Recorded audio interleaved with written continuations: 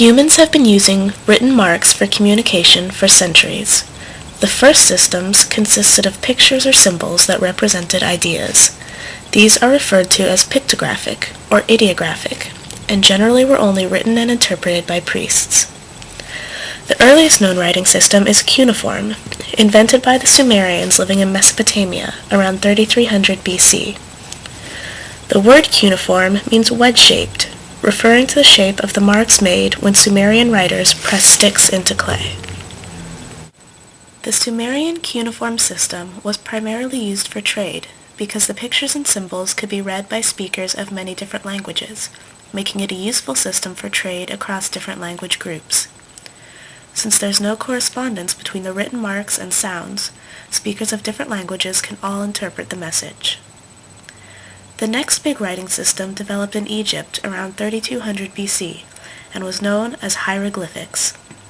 It used pictures like cuneiform, but also had marks that stood for sound. Picture-based writing systems were difficult because the writers had to learn a picture for each thing or idea. This led to the replacement of pictographic writing with alphabetic writing, systems that use letters to represent sounds. Writers only have to learn a small number of letters. On the downside, it can only be understood by readers who speak that particular language. The first system, where all marks represented sounds, was developed in Syria around 1500 BC. People in Syria's port cities needed a simple system for communicating widely. The Ugaritic alphabet still used wedge-shaped cuneiform symbols to represent sounds. When the Phoenicians introduced papyrus about 400 years later, wedges in clay were replaced with lines on papyrus, leading to the Phoenician writing system. This system consisted of 22 consonants, but no vowels.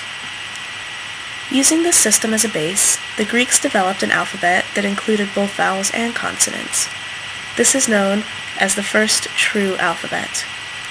The Romans based their alphabet on the Greeks, adding letters like U, X, and Y, needed for Latin sounds. The Roman alphabet provides the base for English writing, and is the most widely used alphabet in the world today. Modern English spelling developed over time.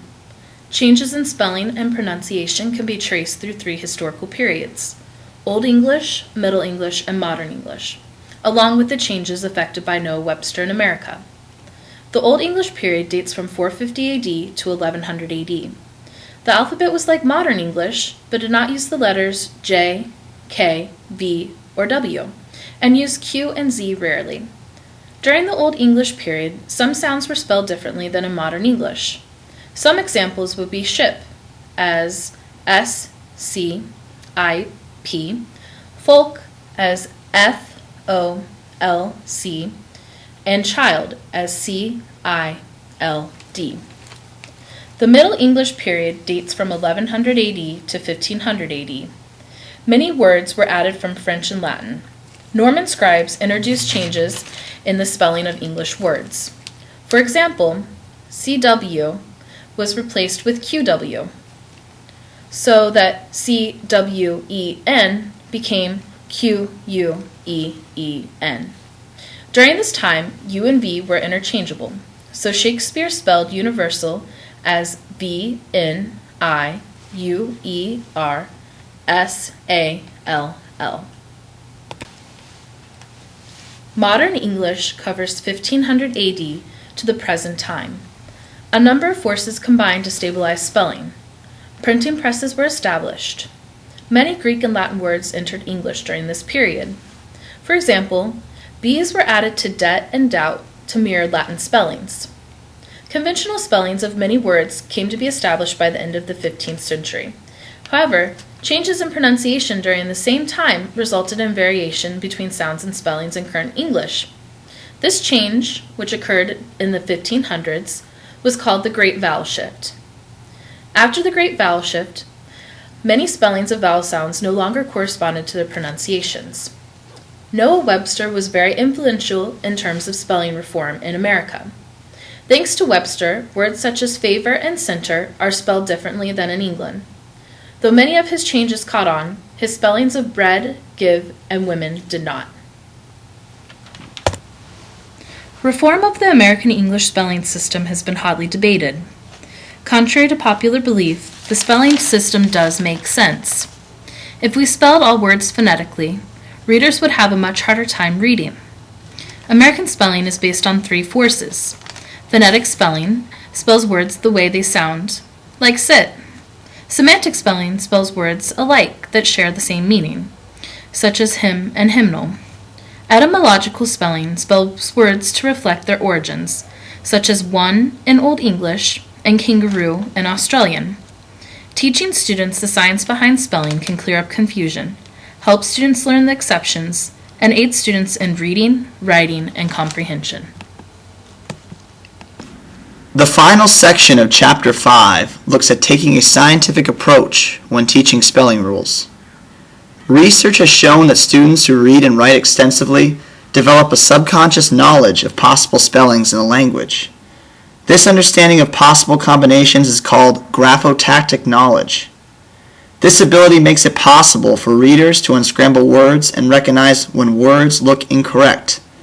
This knowledge makes you able to see that the word jumble below, UEATCP, spells teacup.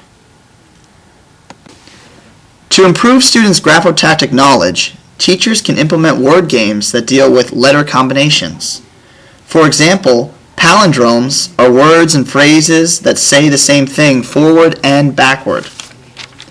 The ability to write and read palindromes improves graphotactic knowledge, and not to mention, they're lots of fun. Woo! To help students become better readers and spellers, two things need to be kept in mind. Number one, students are producing writing that they want others to read. Number two, students understand that spelling is a system with logical rules to follow. So how can we teach them this logical system? Let's look at some examples. What about the spellings of A, one of my favorite phonemes? Instead of having students memorizing words, students can research through books and textbooks, or even on the internet, for words with this sound. As a class, you can create a list of these words based on spelling patterns. Pretty nifty. Let's look at another example. How about the k sound? Students could compile a list of spellings and example words that include this sound. You could even take it a step further, allowing students to research origins of spellings, such as Greek or French, having the students look into why and where these sounds came from, and why they're so important today in our own English language. Similar to investigating particular consonant and vowel phonemes, students can benefit from taking a scientific approach when looking at spelling rules. Just memorizing rules is ineffective for many students. Instead, students could collect words, categorize them, and attempt to form a hypothesis based on findings. This hypothesis would become their own spelling rule. For example, let's look at the silent E. Again, you wouldn't hear it because it's silent, but I'll be saying it now. E. Students can write the reasons for the silent E based on their observations from the words they collected and provide an example they have found of these words. This creates lists that are much more effective than a list of 25 spelling words every week because they show not only where you see the silent E in different word examples, but also the rule that goes with it.